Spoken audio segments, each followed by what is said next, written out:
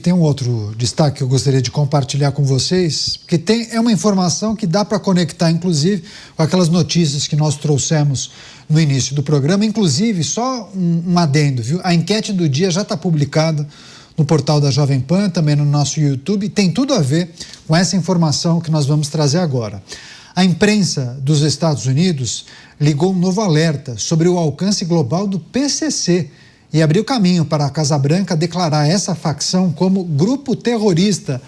Misael Menetti chega ao vivo, vai trazer detalhes da notícia e vai contar essa história para a gente. Essa informação foi divulgada inicialmente em um veículo de comunicação muito conhecido dos Estados Unidos. É isso, Misael? Bem-vindo.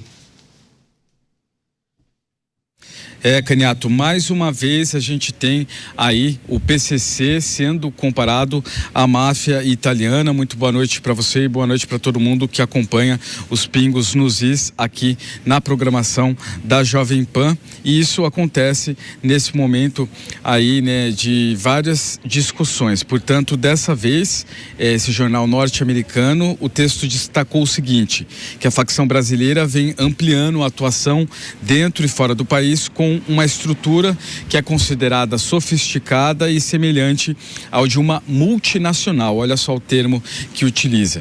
A publicação ocorre no meio de uma ofensiva, né, do governo dos Estados Unidos, que pressiona o Brasil a classificar o PCC como organização terrorista. Autoridades brasileiras, no entanto, resistem à ideia e a avaliação é de que há uma diferença essencial. Qual que é essa diferença? Enquanto grupos terroristas têm uma motivação ideológica que flerta com religião ou diretamente, né, é religião, o crime organizado atua com foco apenas no lucro, como se fosse um poder alternativo. De acordo com a reportagem, o PCC já está presente em diversos países, expandiu as atividades para além do tráfico de drogas, atuando também em áreas como mineração ilegal, lavagem de dinheiro e contrabando. E é muito interessante refletir sobre isso, a gente já fez várias vezes até isso aqui, você pensar que o PCC expandiu tanto os negócios, não é mais apenas crime, né? É negócio, porque você pensar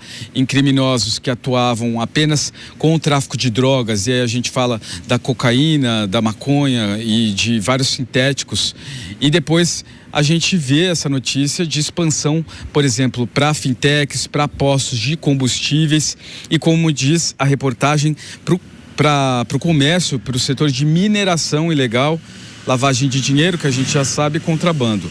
O grupo também mantém conexões com organizações criminosas internacionais. Então, existe uma estrutura, uma cadeia, né, muito bem feita e estruturada. E essa reportagem, só para mencionar que você havia me perguntado, é do Wall Street Journal, que é uma das principais mídias norte-americanas, que vem trazendo esse tema nesse momento onde existe essa discussão muito forte em colocar ou não essas organizações criminosas como facções terroristas aqui no Brasil, tema muito tratado no Congresso e que tem opiniões diferentes nos espectros políticos e também entre várias autoridades. Caniato? Sem dúvida alguma. Misael Menetti trazendo detalhes dessa reportagem, esse texto, nessa matéria do The Wall Street Journal. Vamos analisar com os nossos comentaristas. Bom trabalho para você, Misael. A gente segue em contato, qualquer novidade é só nos acionar. Vou começar esse giro de análises com o Cristiano Beraldo para trazer um rápido raio-x sobre o The Wall Street Journal. Por que destacar a atuação do PCC, esse paralelo que foi feito na reportagem com as máfias italianas, e quando se fala em uma operação que já pode ser comparada com a das máfias italianas, há um risco colocado aí na reportagem, inclusive para os negócios norte-americanos de alguns segmentos, né, Beraldo? Olha, Caniato, a reportagem ela é muito feliz em retratar uma realidade. O primeiro comando da capital, sob a liderança do senhor Marcola, que, apesar de estar preso há muito tempo, continua sendo o grande líder, a figura mais respeitada dentro do PCC. E essa é uma organização responsável por uma atuação internacional do tráfico de drogas de forma impressionante. Agora, é curioso, Caniato, é curiosa a justificativa do governo brasileiro para dizer, não, tem uma diferença fundamental, porque o que move o PCC não é uma questão religiosa. Mas o que movia o IRA na Irlanda? O que movia o ETA na Espanha? Não era motivação religiosa. E mesmo assim, cometiam atos terroristas, cometiam atos que geravam o terror nas populações. Por quê? Porque o que eles queriam era território, assim como o PCC, assim como o Comando Vermelho, assim como o Terceiro Comando Puro e seja lá quais outros nomes essas organizações terroristas brasileiras tenham. À medida que eles dominam o território, e dominam, não há dúvida disso. Alguém tem dúvida de que o crime organizado brasileiro, a partir dessas organizações criminosas, que eles dominam o território? No Rio de Janeiro, centenas, quiçá milhares. São Paulo, no Brasil inteiro, lugares onde a polícia não entra. O poder público não se faz presente. O que vale é o tribunal do crime. Isso é domínio de território. Nesses territórios, essas organizações criminosas faturam não apenas com o tráfico de drogas, faturam com uma série de outras atividades às quais os moradores daquelas regiões ficam submetidos. O gás, o tal do gatunete, energia elétrica. Há bairros na cidade do Rio de Janeiro. Cidade do Rio de Janeiro. O Rio de Janeiro, gente, foi capital do Império, foi capital da colônia, foi capital da República. A cidade de uma importância mundial fenomenal. Hoje, em 2026, tem bairros no Rio de Janeiro em que a companhia de eletricidade não consegue cobrar por mais de 80% da energia fornecida, porque o crime não deixa que a conexão de energia seja desligada, porque quem cobra energia é o crime organizado. Vocês estão de brincadeira? Essa discussão semântica vira uma justificativa para não agir. E, enquanto isso, a população brasileira vai vivendo como refém. O brasileiro não pode sair numa cidade como São Paulo usando aliança. Vocês estão de brincadeira comigo? E aí vem, eu fico impressionado, Caniato, a festa que se faz. Não, agora São Paulo vai ter a sua Times Square. Eu quero andar falando no telefone na rua, estou pedindo muito. Eu não quero ficar olhando para o painel de LED, não. Eu quero poder andar com a minha aliança. Eu quero que a minha mulher, a minha mãe, a minha irmã, a minha filha saiam na rua com uma bolsa, como qualquer pessoa na civilização, e não fiquem com medo de serem empurradas, de caírem, de se quebrarem, serem violentadas, serem machucadas. Estou pedindo muito? Não. Mas nesse país do faz de conta, dessa terra encantada chamada Brasília, nesse castelo da Barbie, que é o Palácio da Alvorada, isso não existe. A semântica é muito importante. Não podemos deixar que os Estados Unidos, porque senão, ora, veja bem, imagina se os Estados Unidos comecem a atacar essas embarcações, submarinos construídos pelas facções criminosas que levam cocaína para os Estados Unidos e para a Europa. Imagina, será um ataque à soberania brasileira. Afinal de contas, esses submarinos ilegais que levam drogas mundo afora tem bandeira brasileira. Vamos ter que reagir. Então fiquem reagindo com a dama do tráfico dentro do Ministério da Justiça. Fiquem reagindo com o presidente da República em cima de um palanque, de um palco, fazendo evento com a irmã do líder do tráfico de drogas na favela do Moinho. Este é o Brasil. Mas não, está todo mundo alucinado, falando de coisas absolutamente supérfluas, ao invés de agirem com a firmeza que a população brasileira quer. Pois é, os nossos comentaristas analisam uma matéria, uma reportagem publicada no Wall Street Journal, destacando a atuação do PCC como uma organização criminosa criada na prisão, nas prisões brasileiras, se tornou uma potência global no tráfico de cocaína, especialmente. Deixa eu chamar o Bruno Musa para discorrer a respeito do alerta feito pela publicação. Qual é a importância, né? Qual é a interpretação que a gente deve fazer a partir da divulgação dessa matéria no Wall Street Journal e qual é a importância dessa publicação para o mercado norte-americano e global, hein, Musa? Veja, isso é extremamente relevante, tá? E ainda mais amparado pelo discurso do Beraldo agora. Realmente, parece que nós nos esquecemos do óbvio, do mais simples e queremos pular como se fôssemos ali um país normal. Não dá para ser normal um país onde 25% do território, é praticamente 30% é dominado por facções criminosas onde eles simplesmente mandam e a população precisa pagar para sobreviver, pagar a luz, pagar o gatunete, pagar o que for para que esses criminosos, que assim como o governo fala ali na sociedade que eles comandam, que é lá para o seu bem, etc., é o mesmo discurso, a mesma narrativa. Só que agora isso transcendeu algumas fronteiras. Ficou muito claro, ficou muito grande, ficou muito óbvio, entrou nas entranhas dentro da máquina pública brasileira. O custo da violência no Brasil ela é simplesmente inestimável. Segundo alguns cálculos, custa mais de 170 bilhões por ano para as empresas para conseguir se proteger disso.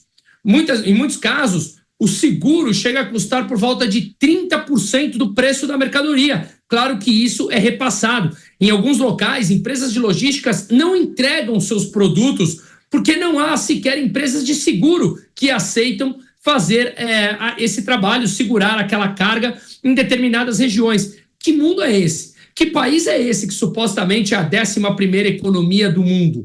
Quais são esses paradoxos que nós vivemos? Então, realmente, esse setor ele precisa ser encarado de frente. O crime organizado tomou proporções colossais e isso não adianta tapar o sol com a perneira. Governos de esquerda tendem a ser mais lenientes com o crime, uma vez que eles entendem, completamente errado, que o criminoso é o fruto de uma sociedade desigual. Só que grande parte dos pobres, em números, não são criminosos. Portanto, o crime é uma escolha. Aquela pessoa decidiu ir para o crime. Caso contrário, se fosse assim, o contrário, todos os pobres optariam pelo caminho do crime. E não é isso que acontece. Só que no Brasil, grande parte dos homicídios sequer chegam a ser elucidados. Grande parte dos roubos sequer chegam até o caso da polícia. E quando chega, eles ficam pouco tempo na cadeia. Portanto, há uma lógica completamente invertida. Ainda mais quando o crime organizado tomou o Estado por dentro, sequestrou boa parte das instituições, que passam a ser coniventes e trabalharem para eles. Portanto, grande parte dos criminosos ficam nas ruas praticando seus crimes de forma recorrente e tem todo o incentivo para que ele continue fazendo isso, uma vez que o retorno do roubo é maior do que a probabilidade dele ser preso. Consequentemente, o Brasil se torna um país praticamente de narcoterroristas. E isso está sendo colocado agora pela imprensa americana. Vamos lembrar, o Wall Street Journal já fez altas matérias criticando o governo anterior. Antes que muitos aqui de oposição vão dizer, não, então o Wall Street Journal é bolsonarista. Longe disso. Tem o trabalho de ler editoriais anteriores. É que é uma obviedade. O Brasil hoje é um país onde, infelizmente, para aqueles que são imorais, o crime compensa. A justiça é perdulária e permite que grande parte dos criminosos continuem recorrendo, espoliando a propriedade privada das pessoas sem sequer ter nenhum tipo de punição. Agora, transcendeu essas barreiras uma vez que começou a afetar países vizinhos. Aguente as consequências.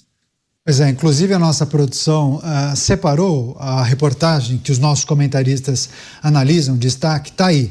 Já traduzida, o Wall Street Journal, como uma facção criada nas prisões do Brasil, se tornou uma potência global do tráfico de drogas. Daí tem a linha fina, né? Do tráfico de armas em Boston aos ataques piratas na Amazônia, o PCC representa um dos maiores riscos aos esforços internacionais para conter o crime organizado. E aí na parte de baixo, que a gente não consegue mostrar, tem uma foto do Herbas Camacho, Marcos Williams Herbas Camacho, que é o Marcola, né, o líder do PCC. E a matéria destaca, o PCC prosperou mesmo com o seu líder de longa data atrás das grades. E aí em destaque o Marcola sendo transferido, provavelmente, pelas autoridades, e aí tem todos os policiais fazendo essa mudança de Herbas Camacho de presídio. Deixa eu passar para o Luiz Felipe Dávila trazer também suas impressões,